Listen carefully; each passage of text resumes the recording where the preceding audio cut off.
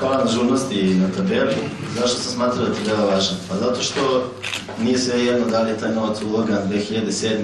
12. 13. godine. Znači, taj iznos od 315 miliona može da bude i 3 miliona evra, a može da bude i 4 miliona evra i više od toga.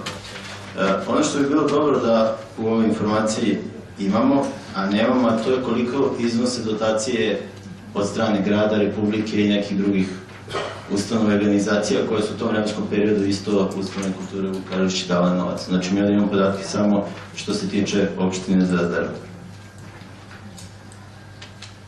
Vi ovdje dalje navodite, programi su realizovani uvek sa preko 90% i u poslovnim knjigama nije iskazivan minus i tako dalje. Sad, ja ću vas podsjetiti da u obrazloženje, kada ste, odnosno u obrazloženju odluke o razrešenju Sanje Đurđević, između ostalog ste napisali: dalje se konstatuje da je direktorka plan i program rada za 2013. godinu realizovala u procentima daleko manjim od 50%, čime je prekršila neki član i tako dalje. Dakle, ova informacija nije tačna, odnosno jedna od ove informacije nije tačna, pa ja sad pitam koja. Znači, da li je tačna informacija kada ste pisali obrazloženje da je 2013. manje od 50% bila realizacija? Ako je tako, onda ova informacija nije tačna ovde. To je znači prvo pitanje koje vam postavljam.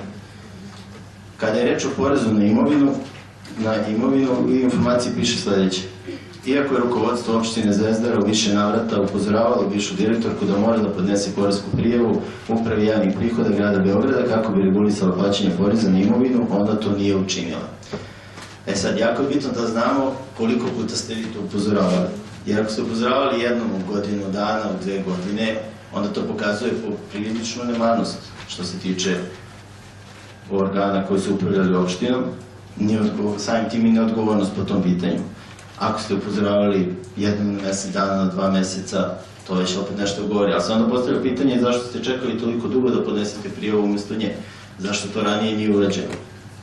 Ako već postoji mogućnost da to uradi gradska opština umesto direktorke, zašto je niste smenili, između ostalog? Ali šta vi kažete u obrazloženju za njenu smenu? Da li je to stvarno bilo važno, a vidim da vam je to odigrani argument koji navodite. U obrazloženju za smenu vi nigde ne spominjete to da direktorka nije htjela da podnese poresku prijavu, već navodite tamo neke druge razloge.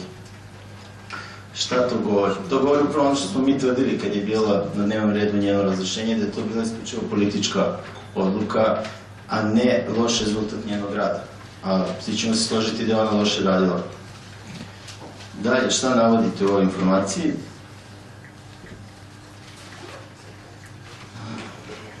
Dugovanja. Ukupan dug Vuka, kako navodite, je nešto manje od 49 miliona. A opet u obrazloženju koje je bilo u februaru 2014. godine o smeni Sanje Đurđević, stoji sledeća rečenica: stanje dugovanja ustanova kulture Vuk Karadžić po izveštaju na dan 31.12.2013. godine iznosi 14.032.905 dinara, bez uračunatog duga za porez na imovinu, koji iznosi 3.685.680 dinara.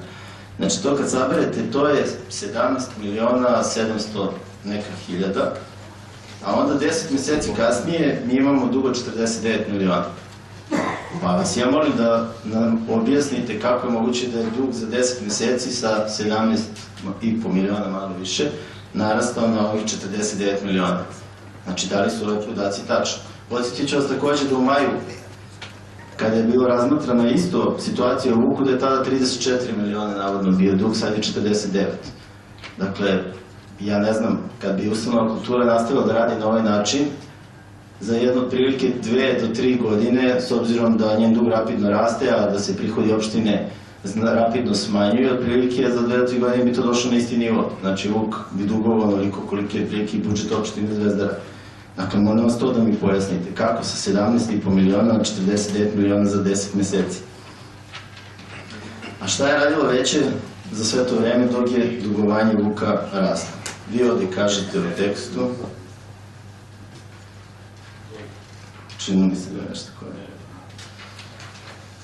Kažete, posle ozbiljne analize i sagledavanja situacije, Veće gradske opštine Zvezdara je zaključilo da je jedini način rešavanja problema u kojima se ustanova kulture Vuk Karadžić nalazi u otpočinjanju pregovora sa gradom i tako dalje. Mene zanima koja je to ozbiljna analiza koju ste vi uradili. Znači, da li je ta ozbiljna analiza ima neki pismeni trag šta ste vi radili, koje ste metode analiza primjenjivali, pisani trag, izvinjam se, da li je znači to neka vrsta SWOT analize ili nešto drugo. U svakom slučaju bilo kakav dokument iz koga bismo mi videli da ste vi stvarno nešto po tom pitanju radili. Jer ne bismo voljeli da ste onako seli na sednici i rekli šta ćemo sada da radimo, pa najbolje to prebacimo gradu, svi ste se složili, digli ruke i završili ste taj problem. Jer problem buka datira od mnogo ranije i mnogo novca uloženo poreskih obveznika u tu ustanovu kulture da bi ona funkcionisala na način da bismo se tako lako ophodili prema istoj, odnosno prema imovini svih građana. Na taj način svako može da vodi opštinu. Znači, mogo bi bilo koji da bude član opštinskog veća, da ide linijom manjeg otpora i da probleme koji su godinama stvarani, a za koje snosi odgovornost, faktički gura po tepih. Koji je zaključak svega ovoga? Pa ključno pitanje jeste zašto opština ništa nije radila od 2006. godine na ovamo, ako je bila svjesna teške situacije u kojoj se Vuk nalazi. I gospodo, pre svega članovi opštinskog veća, da li vi smatrate da imate bilo kakvu odgovornost zbog ovoga što se dešava? Znači, da li je neko iz trenutne garniture članova opštinskog veća ili prethodne ili bilo ko je na neki način učestvovao u upravljanju ovom opštinom, podneo ostavku kao neki lični moralni čin zbog ovako loše poslovanje Vuka? Mi smatramo da bi to trebalo da uradi i to kompletno cijelo veće. Ali zašto vi to niste uradili? Vi niste uradili zato što ste vi jedna neodgovorna i nedomaćinska vlast koja se pokazala već više puta apsolutno ne brine o novcu i interesima svojih sugrađana. Jer da to nije tako, Vuk danas ne bi bio u situaciji u kojoj je.